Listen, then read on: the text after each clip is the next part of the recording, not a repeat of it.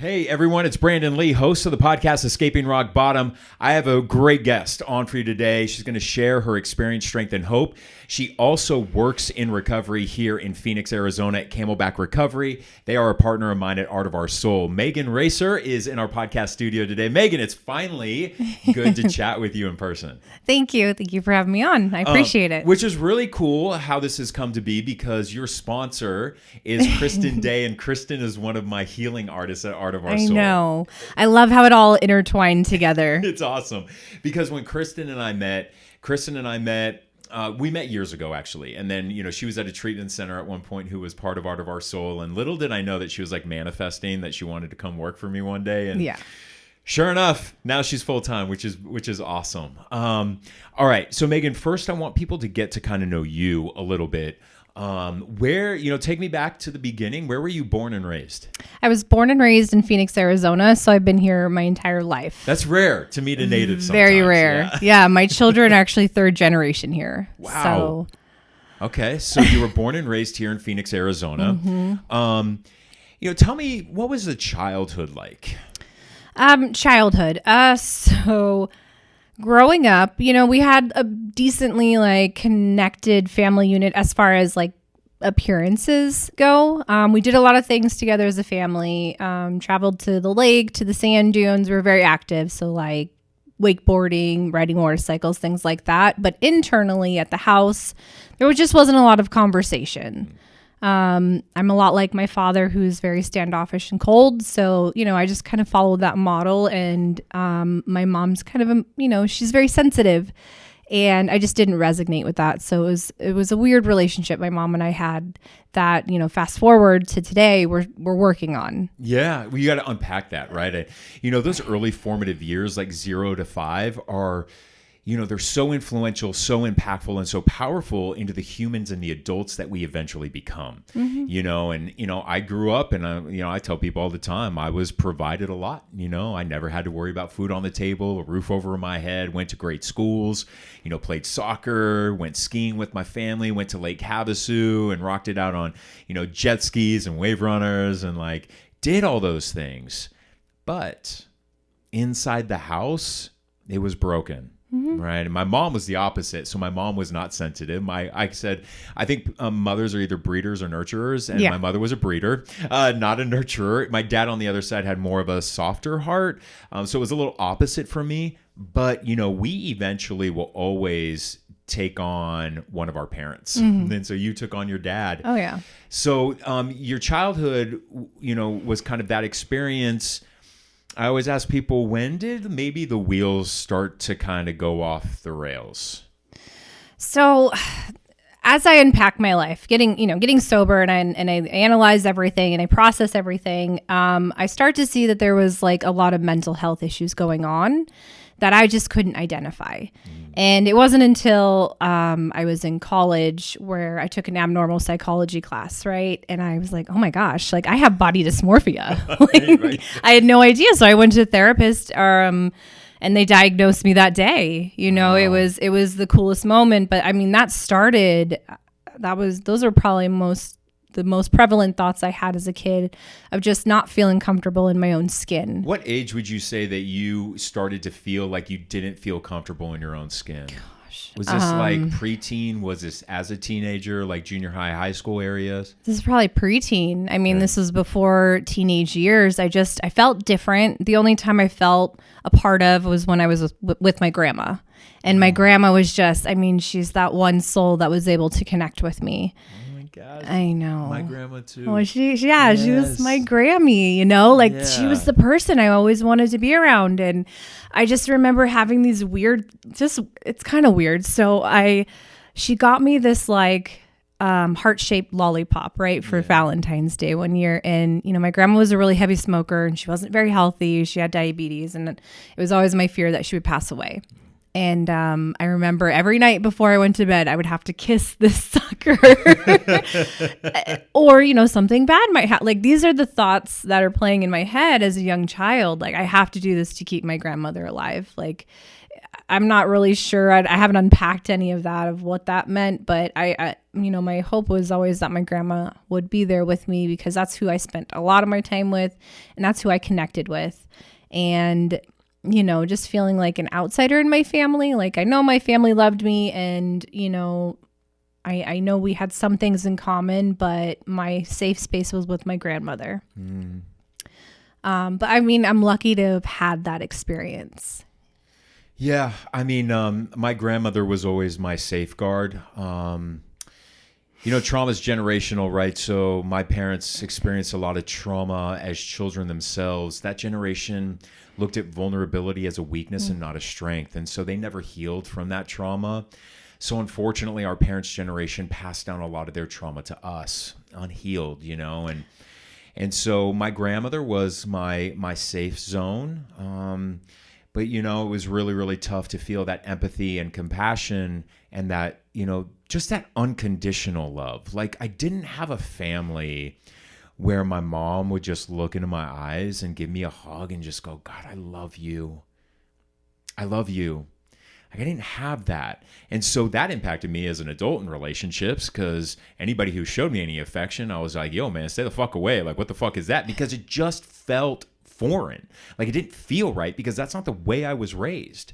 So, I didn't see my parents ever show each other affection, ever, and so I really eventually had relationships with guys, and they're just like, yo, man, you're so standoffish. Like, let me love you. Like, let me love you.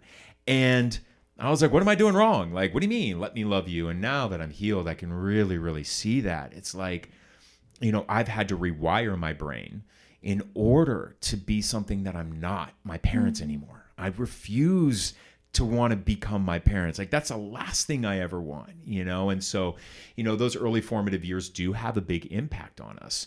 Let me ask you this, though, because I started acting out at the age of 15. There was a lot of child molestation in my story and a lot of child abuse.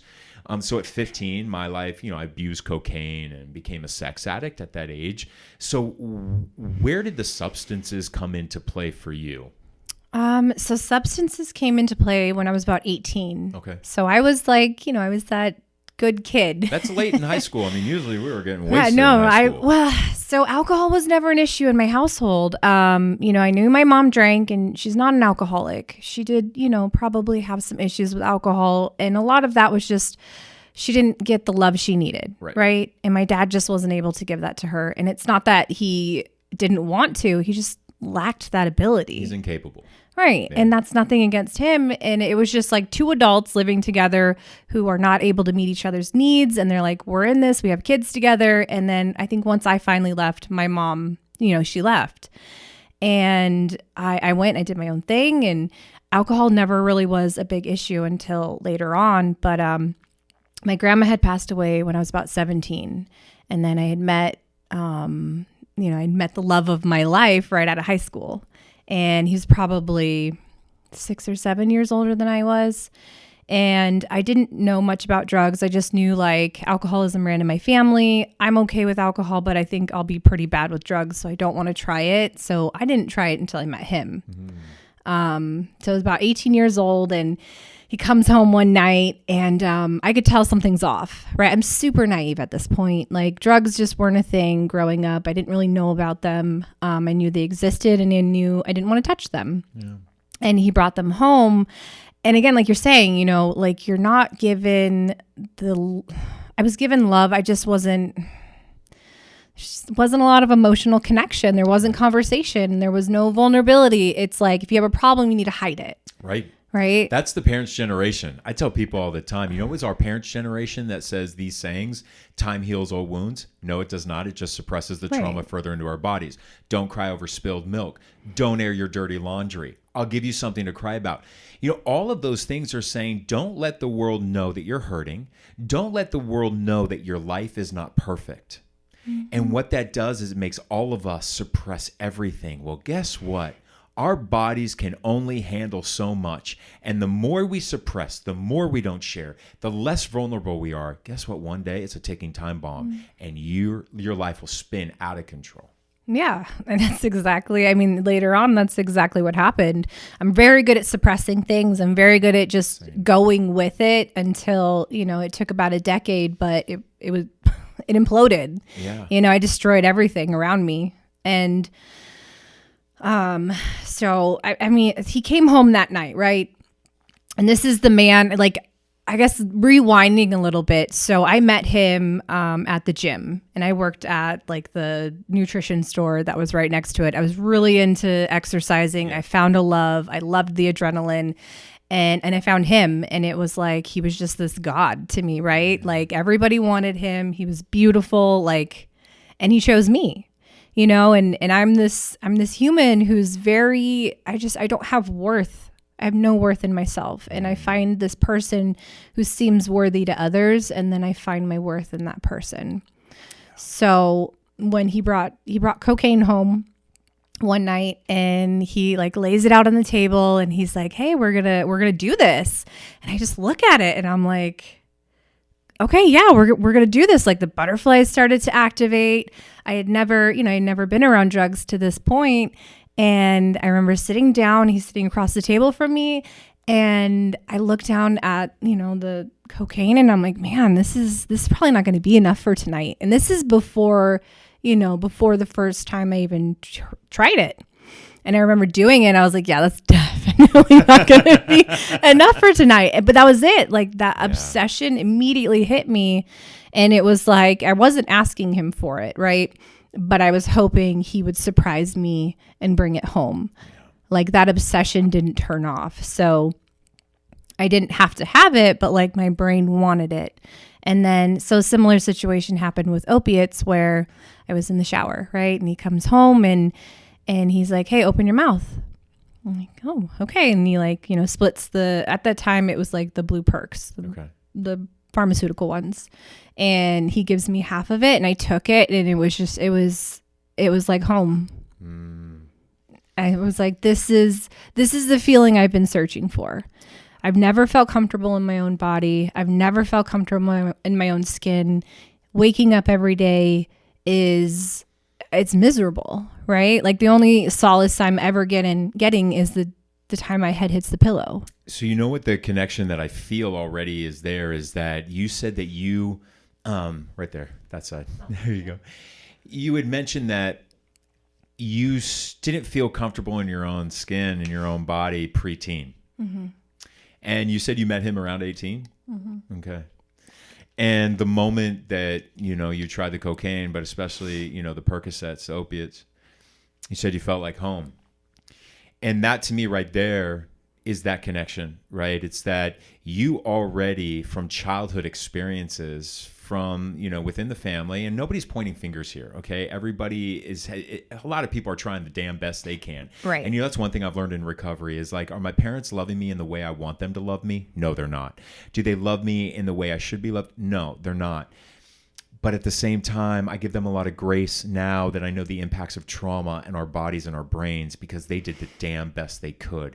It wasn't what I needed. It's not what I want, but they did the best they could. And so I'm recognizing just in your story right now, because I want our listeners to also understand those early formative years, preteen, are so crucial.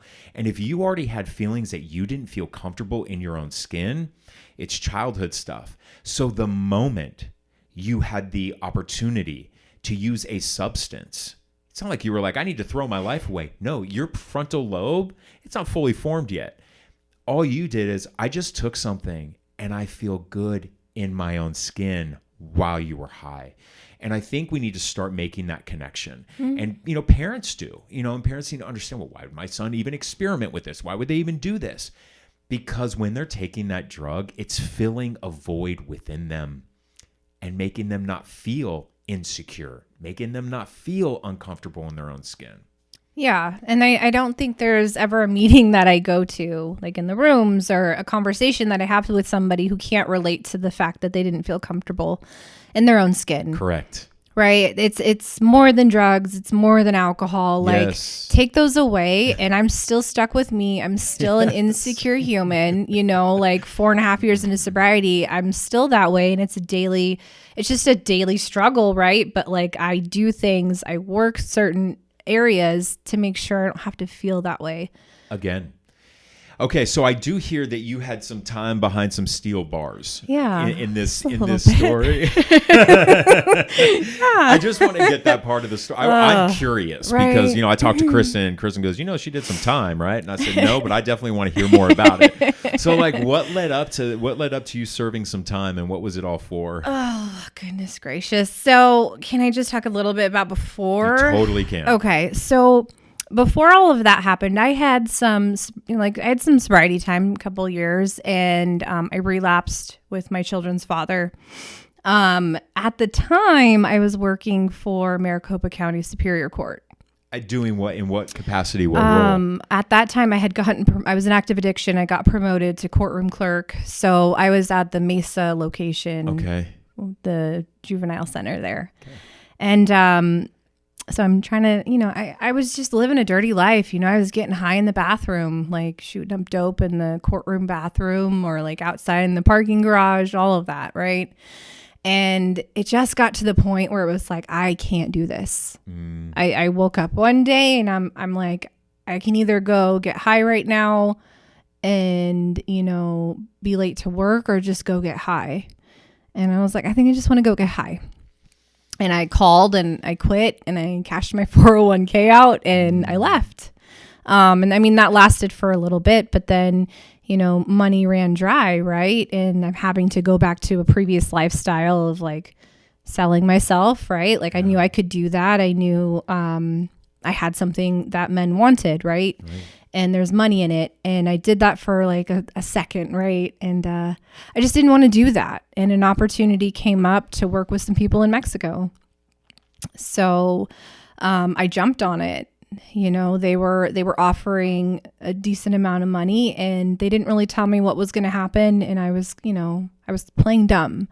I mean, in my head, I knew. You knew what you were doing was bad. Right. And you were doing something crazy illegal. Absolutely. But you're just like, I'm going to choose to be naive. Mm-hmm. Yeah. I chose to be naive but I was just like, I don't know the situation. I don't know what's going to go on. And unfortunately, like I'm that mom, like I'm a mom of 2 kids at this point, and I'm that mom where my kids go wherever I'm at. So my kids went with me. And, we were there for a couple of weeks, like a week and a half in Mexico. And, I'm talking to these guys, like, I want to go now. Like, I don't think I want to be here. And I had one of their vehicles that I ended up registering in my name. Because if it's in my name and I get caught, like it's on me. So the vehicle's registered to me and I just let them know like, hey, I really want to go now. Like, I'm tired of being here. Like, you guys have met me. They know I'm like a using addict at this point. Like, they're helping me with my drug habit. They're supplying it for me while I'm down there. I mean, I'm taken care of while I'm there, but it's just still not okay. And there was one night, I had the vehicle that they gave me that I had already registered and it was acting up like it, I don't know, something was going on with it. And they were like, okay, we'll take it in, get it fixed, bring it back to you. I'm like, okay. And so they do that and they're like, hey, you're going to leave. And at this point I had done a couple crossings. So basically what you do is you cross the border, go to Arizona, and they would have me like get food or go shopping or something like that and come back. Because it just looks less suspicious if you have more of a track record going back and forth versus like one time crossing and it's like, what are you doing? Right. So, I mean, at least that's the point they told me behind it. And again, just to paint the picture of mentally where I'm at, I mean, I'm in a drug psychosis, basically, out of my mind, not understanding the harm I'm putting my kids in, right? Like, the situation could have gone so much worse than it did. But they finally tell me that I can leave. And, the last time I had done my crossing, I went to secondary, which is like, you go to the first station and they'll either let you through to America or not. Right. And they were like, hey, no, you need to go to the second station. So I went there. There was nothing, in the vehicle. So it was like just kind of routine. I left and then, I called them and I'm like, hey, listen, we're going to have to hold off for a while on what you guys want me to do. I was pulled into secondary, like, this isn't safe. And they're like, okay, don't worry about that. Like, we have a different job for you to do. We're going to have you go back to America. Once you get to this location, we're going to have you go over to California, pick up some money, and then bring it back, which is still super illegal, right? Yeah. But I was like, okay, this isn't as bad. Like, I didn't want to do what I was doing with my kids with me. Like, that was a big thing. Like, I wanted to go down there, establish a connection with them, and eventually start like moving drugs for them. Like, that was the end goal, right? That in my head, I knew that's what I wanted to do for them. I just didn't know it was going to be something that happened. So the day that I'm supposed to leave, I remember it was that night. It was probably like 10 o'clock at night, and they're like, okay, get out of here. Like, okay, thank you. And I remember I had to pick up dope. Like, I was dope sick, and I was going back to Arizona. So I was like, I need something. And I'm driving to meet somebody who I had met down there, right? Just a random American that I met who was also like getting high. And I remember driving to his house, and the people that I was working with found me. Like, they like were flashing their lights. They're like, pull over. And I pull over. I'm like, this is weird. Like, how do you know where I'm at? And they're like, what are you doing? Like, you need to leave. And I was like, well, I need to go get high, guys. Like, I can't function. Like, I'm not really getting high, right? I'm just getting well. Right. Yeah. And they're like, go back to the border. We'll get you what you need. So that happens. They get me what I need. And I go to cross. And when I cross, again, the guy's not buying my story. He's like, go to secondary. And I go to secondary. And like, we go inside, and I look back, and I see the dog like sit right down, right? And I don't even know. Like, I can feel the feeling that I felt that day. Because it was just like, I thought it was just going to be routine. Like, I thought it was going to be the same way that it was when I went the first time. Just a normal crossing. We're going to go back. Like, I'm going to go on with life. Like, I think mentally that's where I stopped. Yeah. So,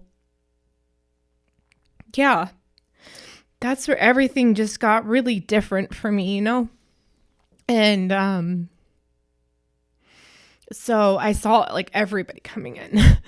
And I had like, of course I had drugs on me, like in my bra, right? And I go to head in the bathroom to throw away, and they're like, ma'am, you can't go in there. And they put me in this little room, and I'm like trying to hug my kids because they're there, and this is the most like traumatic thing I can think to ever put like a small child through, right? And they're like, you need to cooperate with us, or we're just gonna arrest you in front of them. Like, okay. So they grab them, they take them out, and they handcuff me, and they don't find like what I had on me. And they're like, we need contact information so somebody can get your kids. And I don't know why they didn't call CPS. Like, I don't think I would have ever seen them again after that. Yeah.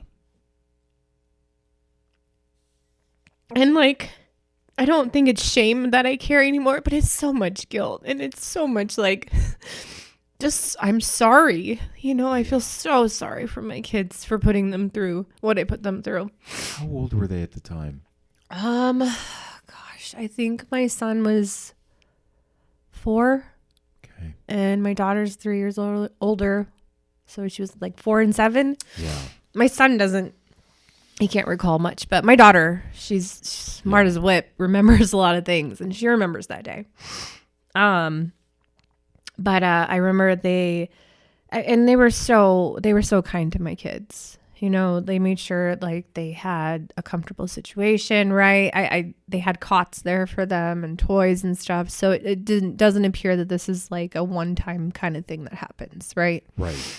And I mean, I know it's not just from the experience. Well, I think a lot of people use kids as decoys as well, so I'm sure that's what they're set up for. Right. And they're not thrown off when they see somebody with kids. Yeah. But yeah, so I mean, I went to the cell, and I had whatever I had on me, and it, it wasn't a ton, but it was enough to probably do some damage. And I took it all. I swallowed everything, snorted what I needed to, and I passed out. And I think I woke up like an hour later, and they were asking me questions and like telling me, hey, your mom's on her way to get your kids. And we're like 4 hours, outside of where we live. And it's just like, holy moly, I mean, my mom knows I'm getting high, right? She just doesn't know the depths of what I'll do to get high.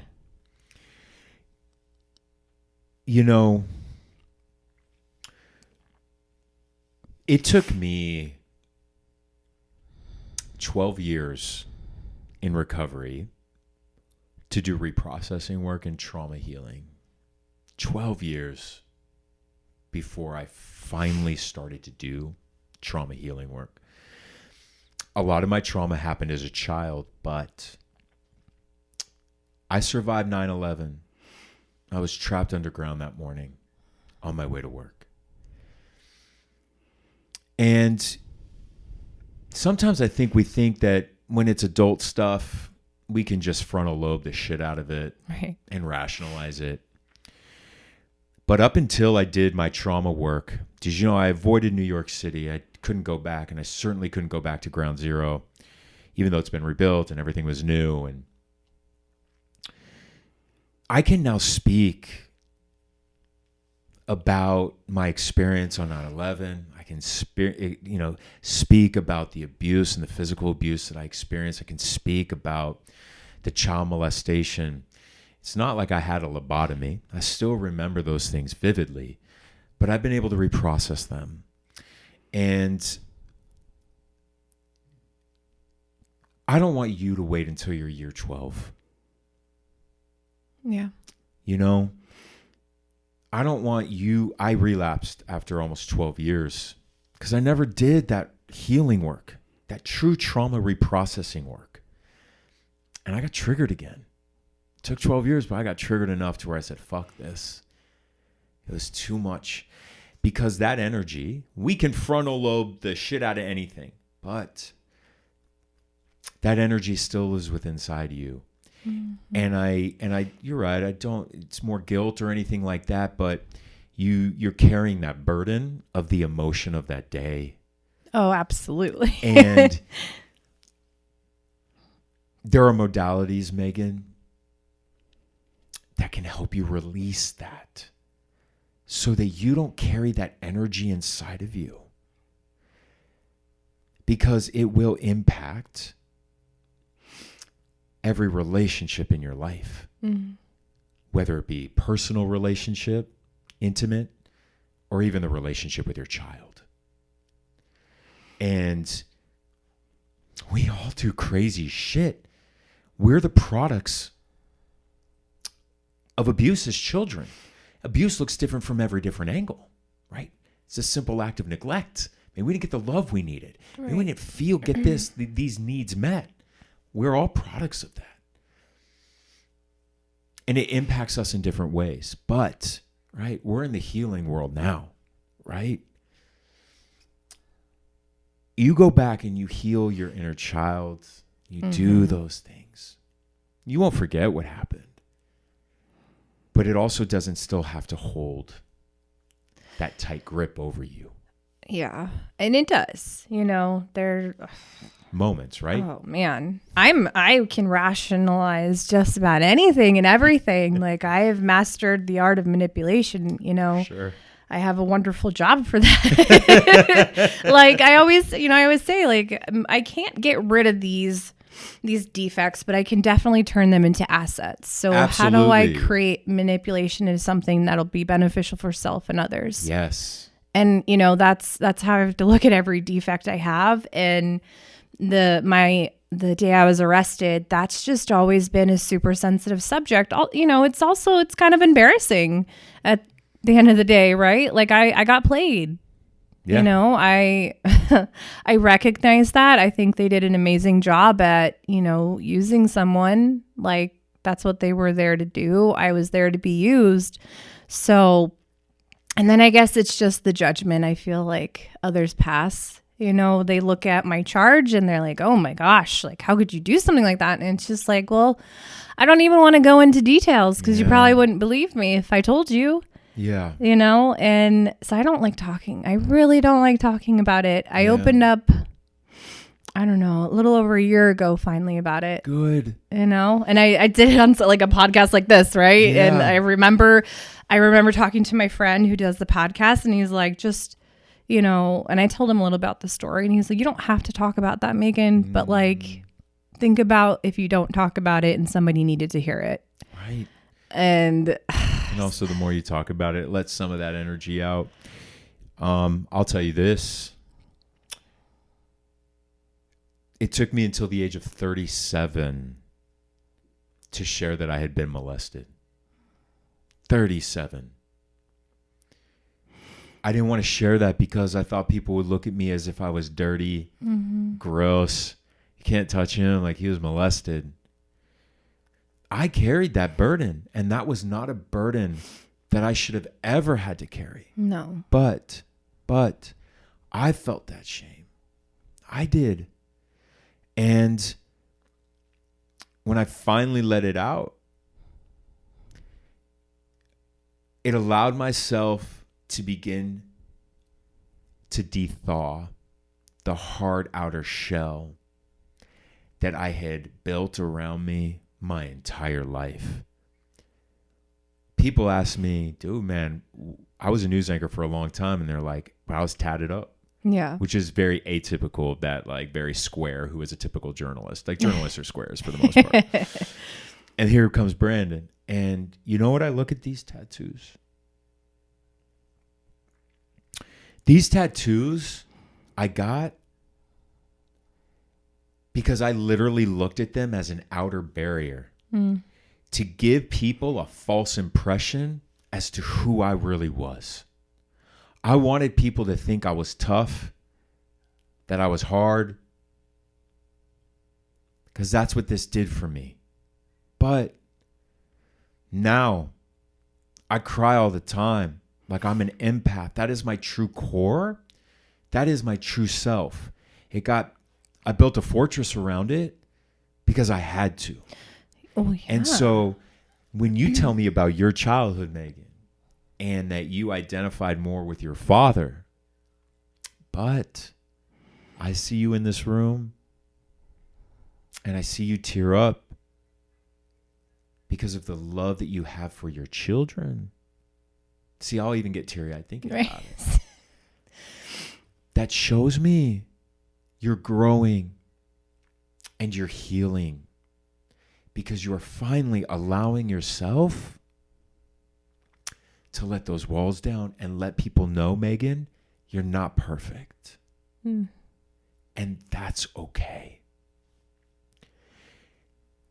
You know, I wrote my book in 2019. I was still a news anchor. I wrote everything in that book, Mascara Boy. Everything.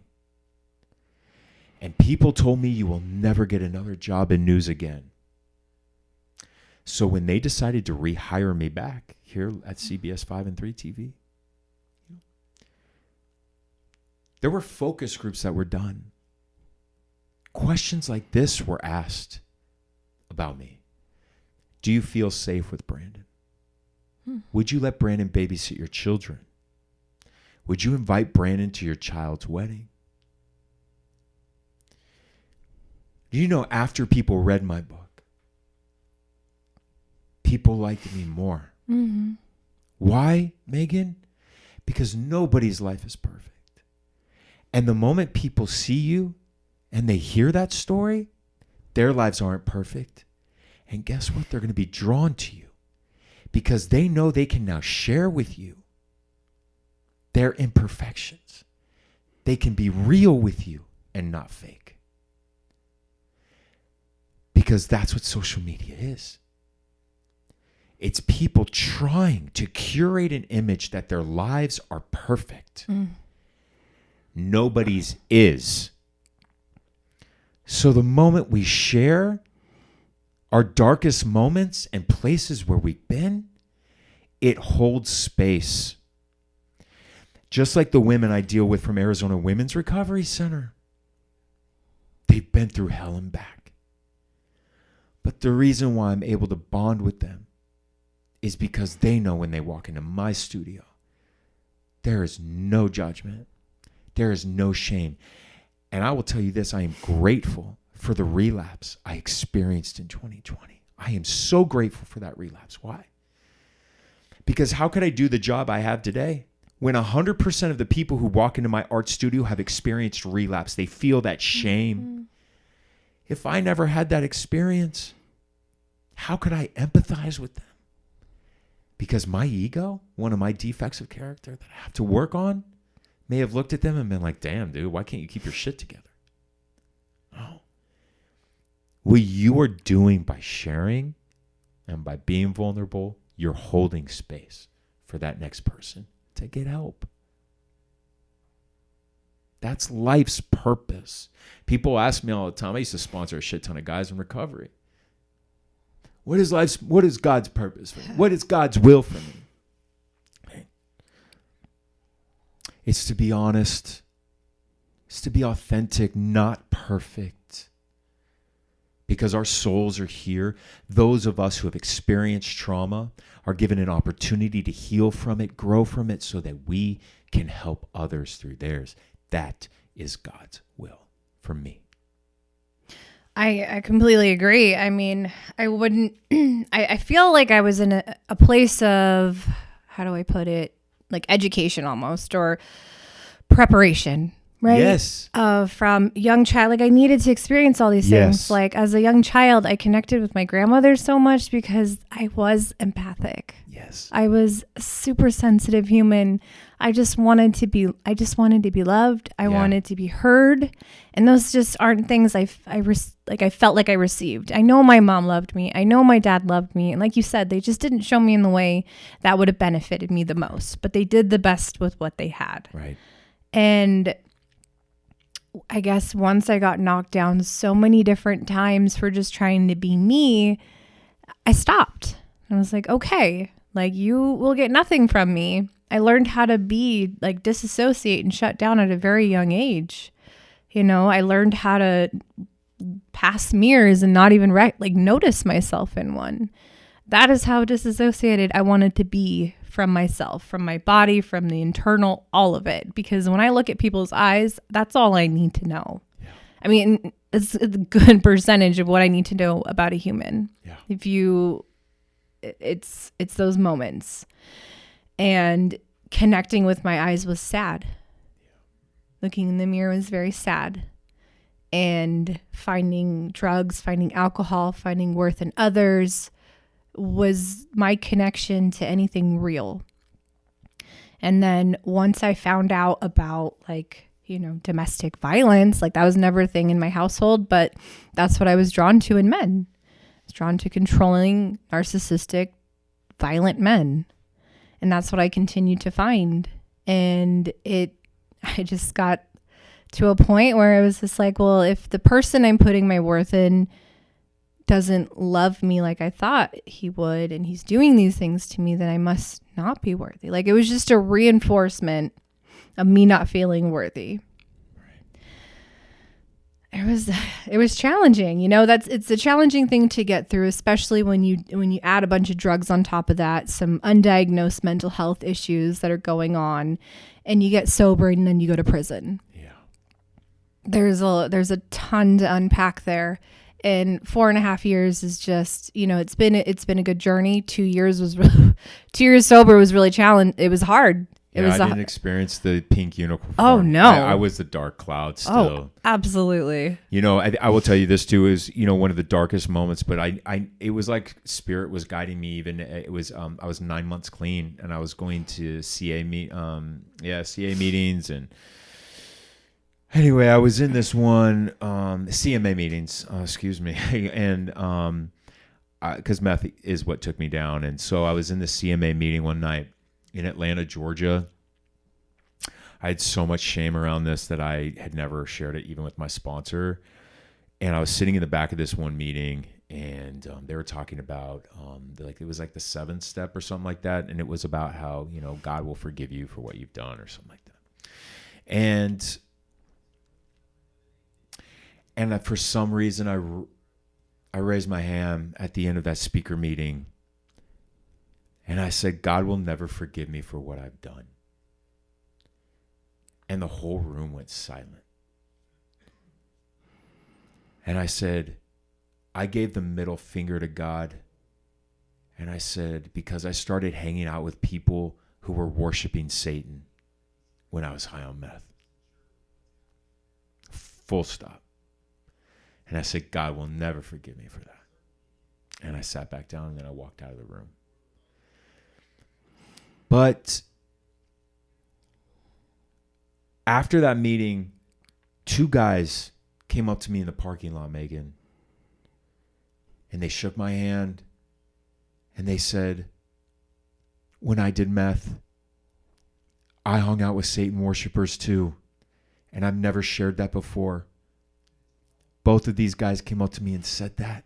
Like, Brandon, I did that too, and I've never shared that. And what that allowed me in that moment, I'm out 9 months clean, so I'm a rookie. You know, I'm still very, very new, right? But looking back, what that showed me was, okay, I'm not unique. Okay? Like, I'm not in my own thoughts. That's like the worst place we can ever be, is thinking that we're alone in our own thoughts. And then when I wrote that book, the publisher accidentally put my email address in the foreword. And after they printed all the copies, and they're like, we made a huge mistake. Change your email address. Oh, no. But I look back, and I still get emails today. And I wrote about that in the book because I wrote this. The night before it went published, the publisher reached out to me and said, Brandon, now's the time. If you want to delete anything from the book, you got to do it because it's going to print tomorrow. What did I do? I went into full addict panic mode because at that time, I still hadn't fully healed. Mm-hmm. So I went back and I'm like, I have to take out the subject on bug chasing because I went to HIV parties trying to inject myself with HIV because I was just like, just give me HIV so I don't have to worry about it anymore. Right. That's the drug mindset, right? I was like, I have to delete that. Like, the society will never look at me like with respect again if they knew I was bug chasing trying to get HIV. Oh, dude, take out the Satan worshiping stuff, dude. Are you kidding me? Like, anybody who believes in God is going to be like, this guy fucking worships Satan at some point in his life. So I deleted everything. And something happened to me overnight. And I'm like, Spirit probably tapped me overnight and goes, you better wake up and put all that back in. Because I woke up the next day, publisher goes, are we ready to edit? Are we ready to go to publish? And I'm like, hold on, give me an hour. I took all the deleted chapters, Megan, I put them all back in the book. Do you know, of all the emails that I get, and I had probably gotten over 5,000 to 6,000 emails from people getting my email address from the forward in the book. Yeah. Not one has ever said anything about me trying to get HIV and bug chasing, and not one has ever said anything to me about the Satan worshiping. What does that message tell you? The things that we obsess about, that we think people are actually going to care and give a shit about us and judge us for, are oftentimes not the case. Okay. That is our own selves criticizing us for some fucking crazy reason. Well, yeah. I mean, it's internally, it's like, whoa, that crossed a line for me. You know what I mean? Like, when it's you crossing your own line, it resonates so much more. Yeah. You know, and our brains just operate in an obsessive way. And if we allow it, like, it will destroy us. It's hard to turn it off sometimes. So I got to ask you this. So I think one of the cool aspects of, there's always a double-edged sword to everything, I think. I think one of the coolest things about behavioral health and addiction treatment centers is that like 95% of the people who run them, operate them, and work at them are recovered addicts. I say double-edged swords because not everybody in recovery is healthy and on the up and up. Okay, let's call a spade a spade. It's just the damn truth. Because if you were once an addict and you're not healed, like, you're still going to go back to your default of characters. Mm-hmm. And at our worst, we are liars, cheaters, thieves, and master manipulators. So if you don't heal, like, you will eventually go back into those defects. The cool thing about it is people like you, right? People like Kristen Day, people like, Chris Newman. I love that dude. I'm like, he's great. Yeah. And like Taylor, right? It's all these dudes have a history with Sud, right? But they're, an intense one. Right? Oh my goodness. I gotta get Chris on the podcast. Oh man, that man, he is set. I gotta get him on. He's set the standard for me, right? Like, we talk about some of the stuff he's done, and I will never talk about the things he's done. I'll let him do that. Yeah. But it's put me in a place where I'm like, okay, you can be you. I'm not special. No, he's that man. When I talk to him, it makes me understand I don't have a special place. But what's good about this is that, for a place like Camelback Recovery, one of my great partners at Art of Our Soul with is that The reason why I love to have somebody like you on, Megan, and we share some of your story and we kind of go into it is because I know you're not unique, and I know that there are other women and families out there who can definitely relate to many parts of your story. Here's the cool thing, is that I would rather go to a treatment center where I knew they had people like you, people like Chris, people like Taylor, right? People like Ryan, people like you guys, because you've walked in their shoes. And clearly you can be empathetic, sympathetic, and compassionate to those, right? Because we all want to get help. But the thing is, I think some people fear getting help because they feel like they're going to be judged. What do you see as kind of the benefit of that? Oh gosh, the benefit. I mean, my most favorite part about my job is like that first introduction to a patient, whether they call us or somebody's referring them into us. And, I ask them, I'm like, okay, tell me your story. Like, what's going on? And, they tell me a little bit about themselves. And I ask them, what's your, drug of choice? Is it, alcohol, substance, both, mental health? What's going on? There's a whole lot that can be going on. What do you know to be true?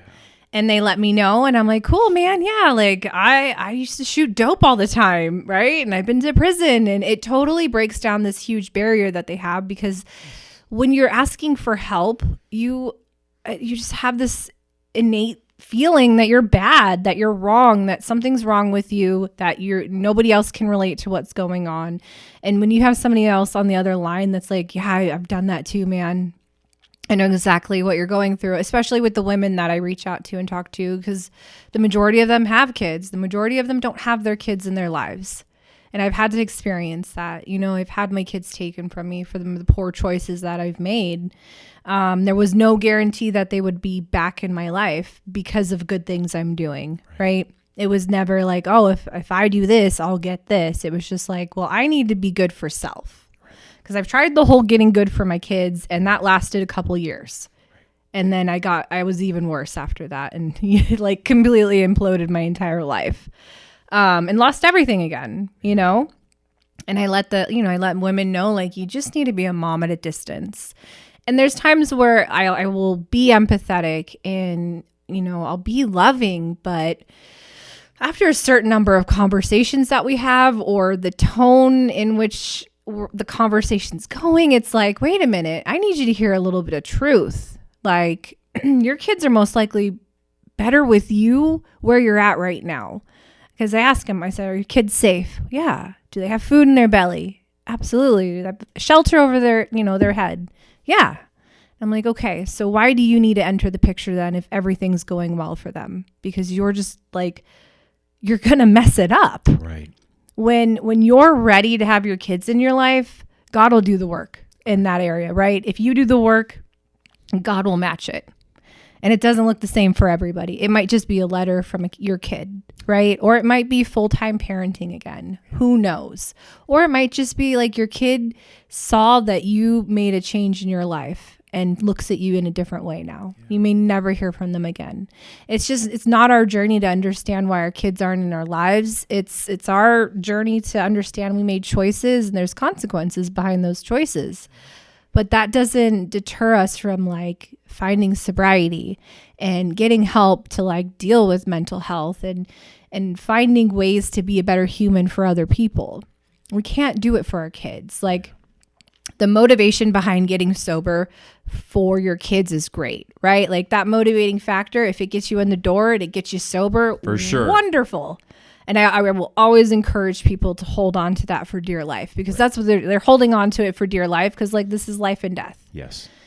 But at some point, it's like a loving sandwich, I guess. It's like, yeah, that's great, but here's the reality, and then loving them again. It's like, you got to find it for you. If you don't find it for you, you're going to either be white knuckling it for years until you can't anymore, or you're going to go back out like instantaneously.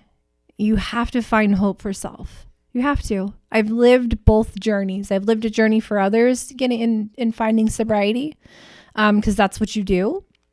I wasn't raised to be a drug addict. I wasn't raised to go to prison. I was raised to go to college, right? And, live that typical life. And I tried to do it again their way. I kept trying, and it just wasn't working. So this time around, I had to be super selfish. I had to. Good. Super selfish. And, like God was just like, hey, guess what? You can't do this anymore. Yeah. Like literally picked me up and put me in a place where it was like, you're done. You need to stop. I don't know what would have happened if I didn't get arrested. And I guess I'm doing myself a disservice by not working through that trauma, because the traumatic events that happened during that time period and leading up to it, right, I haven't quite dealt with. Yeah. And they had to happen to keep me alive. Correct. There was a purpose in it. Such a purpose in all of that. Yeah. Right. Because my energy healer that I work with, he tells me, he goes, Brandon, when trauma happens, we immediately go into fight or flight. That's for everybody. He goes, but Brandon, trauma is not necessarily a bad thing. Okay? He goes, it is an opportunity for you to heal from it and grow from it so that your soul can continue its growth and its purpose here on this earth. Right? So it's not just about the traumatic experience as to, okay, this was traumatic. I did some bad things, and this is the situation I found myself in. But that's why I'm writing a second book right now, and it's 7 Hours of Dark, how a relapse saved my life. Mm-hmm. That relapse saved my life. It's also why I don't count time anymore, because it happened in 2020, and less than a year after that relapse, I opened up Art of Our Soul, right? Right. And I had suicidal ideation where I wanted to end it all in January 2021, which got me to finally it took me sitting on the edge of my bed, planning out my suicide in January 2021, wanting to end it all because of the shame that I felt from that relapse. And it finally got me to do the inner child healing work that I have needed to do, which I look at that relapse. That's why I'm like, I tell everybody, that relapse, who gives a shit? It's probably the biggest blessing you're going to have in your life. What do we learn from it? Where do we grow from it? That's all I care about. I don't care about how much time you had before. I don't care about how much time other people said you lost and you got to start over at 24 hours. No, you don't. I don't care about any of that. But this is actually, I look at them and I'm like, dude, be blessed. I've seen a lot of people come back from a different treatment center at another place in Art of Our Soul. And this is what they do oftentimes when they walk into my art studio. I fucked up. I look at them, I put that chin up. You did not fuck up. This could be the biggest blessing that's ever happened in your fucking life. Mm-hmm. And you have no idea in a very short time. If we just got to figure out what other trauma have we yet to heal from. And let's heal from it. Let's take this opportunity, because if I opened up my new life 9 months after suicidal ideation, and my energy healer, he asked me, he goes, do you love the life you have today? I'm like, damn, dude, I love this life I have today. He says, good, man. Then give thanks to that relapse you experienced in 2020. Because had you not had that experience, brother, you would not have this life you had today. Full stop. I'd still be miserable reading the news in a teleprompter. You know what I'm saying? Had I not had that experience. I'm grateful for it. I'm grateful that I sat there at the edge of my bed wanting to end my life. Why? Because now I know how to help somebody else when they are going through theirs. And there's types of people like that, right? Like we're the people who have to experience. Yes. We just have to experience it. You're like, B, the stove, man, it's burning it's hot. Like, I'm like, nah, I can handle the heat, And it's like, maybe I can't. Okay. But I know I can't now, right? And I think like just God puts people are like that in this earth. Not everybody operates like that. Not everybody has to operate like that. But I found for self that in order for me to find gratitude and humility, I had to experience the bottom of bottom for myself. And I had to be forced to experience humility. I am just a selfish, self-centered person at heart. Yeah. That's just how I've always operated. And prison was like a good time for me just to sit and really think. The first time I got sober, I never took my mom's point of view into consideration. And the day I went to prison, so I knew it was happening, and we all knew I was getting sentenced February 20th of 2019. And I prepped everybody. I kind of prepped my daughter because she had some understanding. And, I'm like, I don't know how long I'm going to go away for, but they're recommending 33 months. They have a drug program in prison, right? So it could take some time off my sentence. And I'm like, ultimately, this is the least amount. This is the most amount. I'm like trying to prep everybody. And I the most enlightening things that have happened to me early on in sobriety were the most painful things I've ever experienced in my life. And it's the damage I caused to other people. And I didn't operate like that before. Right. And so I remember I wanted to drop my daughter off and my son. I dropped my daughter off at school, and, you know, she's bawling. Like, she knows mommy's going away for a while. And I remember the devastation in her face, you know, and I'm crying. And later on, when I got out, she was like, Mommy, remember the day you dropped me off and you had to go away? And I'm like, yeah, baby. She said, you know, that day I was sitting alone crying, and nobody knew why I was so sad. Nobody knew. And it was like, whoa, man, what did I do? And it's sad, but it's good. Like, it took that for me to understand that I had caused some damage. Yeah. And I remember dropping my son off and looking at him, and he's just so happy, right? And I'm like, God, I'm saying goodbye to all of this, you know? Like, do I even deserve this? Do I even deserve the love that they have for me, you know? And I went and during my sentencing, like, I had a ton of people there from the rooms, and my mom was there, and, you know, the prosecutor said his piece, my defense attorney said her piece, I said my piece, and the judge did, you know, and she came down with a 30-month sentence. And I heard my mom just screaming in the background. Yeah. Like, that's the moment I realized my mom loved me, and I know she loved me previously, right? But, like, that's what it took. Yeah. And things just changed. Things changed immensely for me when I went to prison, and it was something that was needed. Yeah. I don't like who I used to be. I like who I am today. There's trauma work that definitely needs to happen, right? Yeah. Because that had to happen for me to get to a point where I'm at. And I'm so thankful for the mindset and the beautiful life I have and the ability to be in my kids' lives full time. Right. I got out of prison, and it was like, okay, you're single mom again. Like, yeah. But you know, the beautiful living amends that you can do is you can be the mom, and you can love your kids in the way you wanted to be loved as a child. Yeah. And your living amends to your children can always be, you know, those are early formative years when that trauma happened, you know, and that you could be right there with them. And you can say, I got you, kiddo. And maybe when they're, you know, old enough, and, you know, maybe they can talk about it with a counselor, you know, and they can, you know, the kids can have therapy. Because I tell people all the time, this, you know, simple act of divorce. When two parents get divorced, it's just sad that it happens so much in America. So it's very normal. But I tell parents all the time, if you get a divorce and you have children, you better put your children in therapy immediately. Because divorce, while we become so numb to it in society, is a traumatic life experience for a child. And just a divorce can send a kid into addiction as a teenager. Oh, yeah. Right? Because they're numbing. No worries on that side this time.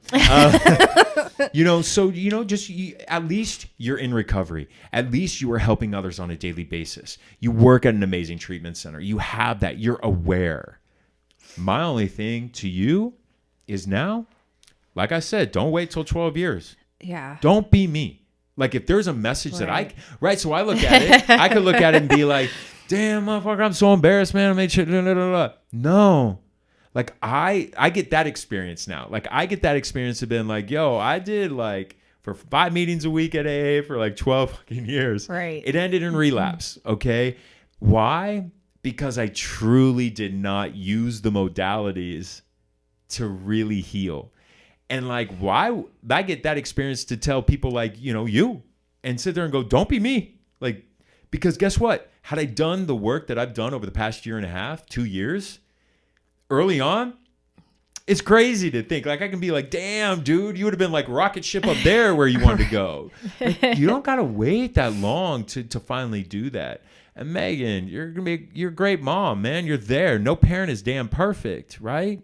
So we just have to heal. Like, I'm all about, like, let's just heal ourselves from those wounds so that we can love our children and we can love another intimate partner, right?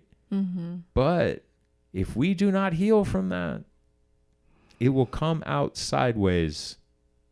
Oh, and it does. And it will, it has a potential to ruin things that we don't want to ruin. Oh, you know? I mean, let's talk about what sobriety looks like and, living dirty. And you don't want to be the old timer with 35 years who's a salty, cranky motherfucker sitting in the back of the room telling the newcomer to sit down and shut the fuck up. Like, you don't want to become that. No. There's a lot of unhealed trauma up in that person too. There's so much. And it comes out in ways like, just because we get sober doesn't mean like we're these perfect humans. We're perfect. Right? No, we're not. Keep talking. Like getting sober,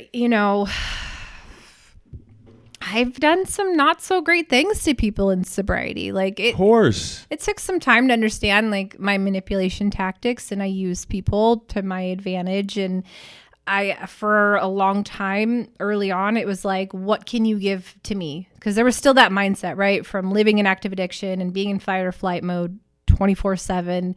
It was like, I'm just in survival mode. I need you for XYZ. And that's it. Like there's I was able to block sex and love, right?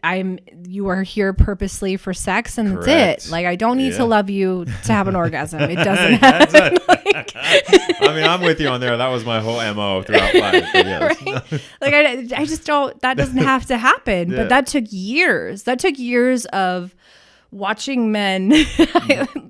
They were my teachers, right? Yeah. I was watching them, what they were doing to me, and emulating that on other people, men and women alike. My previous relationship when I first got out was with a woman, and I was not very nice to her. I loved her as a human. I think it was more of like, it worked for me, right? Like she was there when I needed her to like pick the kids up. I really enjoyed her company. I wasn't in love like she was. And, I didn't really want to be intimate with people. I had just gotten out of prison. Before that, I was in my active addiction. And the only time I really, engaged in sex was like for money. And it was a lot of disconnect. There was no love and sex together. It just didn't happen that way. Yeah. And, I wasn't the nicest human to her. And this is, 2 years sober. Yeah. And it took me, ending things with her, not in the best way, right? I self-sabotaged. Yeah. So ending things with this person to realize like, wow, I loved her, but I was using her. Yeah. And that was a hard place to be in, to start looking in the mirror and like, what are your motives? Because you say you're healing, right? And you present in a specific way, but what are you, full of shit? And I felt like I was. I really felt like I was. And, I recently met somebody, which is kind of cool, and they're in recovery themselves, but I've been able to experience, like love. Yeah. It's weird. It's like what you were talking about, right? Like it's a foreign feeling. I like to keep people at a very, like, I'm like this, like stay away, but come here. Yeah. Like only come here when I need you to. Because again, super selfish. So it's been a interesting journey to start to experience love, like to give myself to another human being outside of my children. That's scary. Because what if you hurt me? Yeah. And I had a sponsor at the time, and we were chatting about this, and I'm just like, I don't know. Like, I don't know if I want to do this. Like, maybe it's just going to be like a fling. And she's like, well, are you all in or not? Right? Like, you tell me how much you really care about this person. Do you want to experience love or not? And I'm like, well, I want to experience it. And she's like, okay, then you have to be willing to get hurt. Yes. I'm like, ugh. Yeah. Hold on. But it's so true. Hold on. Yeah. And so, it just came to a point one day when I was like, okay, like I'm okay if I get hurt because I don't have to pick up. I don't have to go, off the grid. Like I can, I can be okay with getting my feelings hurt because I get to feel today. Yeah, I love that. You know? Oh, I love that. That's actually a really good closing message. I get to feel today. Yeah. Yeah, because we've numbed so much. You know, I get to feel today. And I'm a big fucking crier. I mean, I cry during art classes when somebody tells me what the art piece means to them. I'm like, Right. You know, but we get to be that. You know, we get to be that for a lot of people, you know. So well, this will be a first conversation of many, and we can like dig down some other stuff some other time too. But thank you for being vulnerable. Thank you for sharing authentically, you know, your story, and thank you for the work you do. Thank you. And continue to do that. And it's okay not to be perfect. It's okay not to even, you know, give off perfection vibes. Like nobody is. And more people will be drawn to you. The less, you know, the more imperfect we are, the more people are drawn to us. You know, we are bound. I always say, like, we always connect to people, other people, when we share our traumas, not our vacations, not our luxury cars, and not our fucking houses and our possessions. Like, I feel like I'll be able to shoot the shit with you anytime I ever see you now. And I'll see you in a totally different way. Yeah. You know, and we spent this, you know, like 2 hours together and just, you know, talking about our past traumas. But now I get to know the real you. And now I get to love you authentically and speak great about you, you know, and know, you know those things. Wouldn't be able to if we're just like, oh, high five, and how you good? How are you today? Right. I'm good. Cool, man. You been through some shit? Yeah. Your recovery? Yeah. Cool, man. Thanks. We share with our traumas, so thank you. I really appreciate that. And thank you everyone at home for watching this episode of Escaping Rock Bottom.